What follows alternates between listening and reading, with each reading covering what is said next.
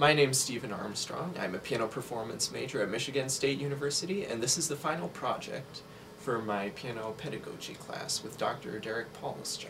This video demonstrates a game I developed earlier this semester for use in piano lessons. The object of the game is to teach young students keyboard geography in a relatively painless, logical way.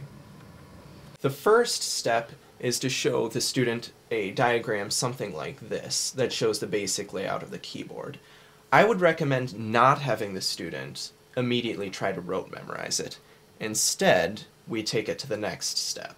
The second step is to link the diagram to the keys. So show the student the diagram and show them how it relates to the keys. So if we've got G here, you can see it on the diagram. Do this a few times and then have the student try it for themselves. So, the students found a few keys for themselves. They're sort of starting to grasp the basics. Now, you show them how the keyboard is really laid out. So, if you cover some of the black keys, then try to have your student find the notes. They'll find that it's not really possible. I mean, there are no landmarks. After your student struggles for a moment and you show the black keys again, they'll realize the black keys are actually the landmarks on the keyboard. It needs to be very clear in the student's mind that the black keys come in regular sets of 2s and 3s. That's how it's laid out. So now the student knows to look for the black keys. It's time to bring a more physical sense to the keyboard. Have the student grab clusters.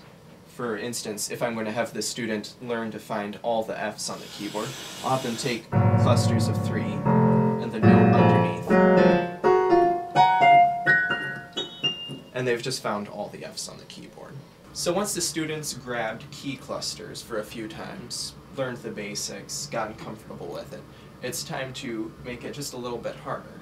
If we're going to do F again, have them just touch it.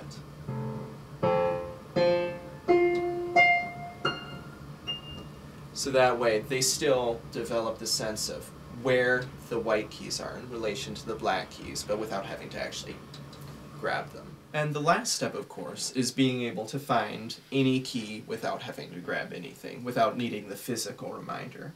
So, of course, it would be just to spot the clusters with your eyes and pick out the notes. Once the student can do this with every key, they know the entire keyboard, and they won't ever have to learn it again. So to sum up the 3 steps of the game: finding notes with clusters, finding them by touching, and finding them just with your eyes.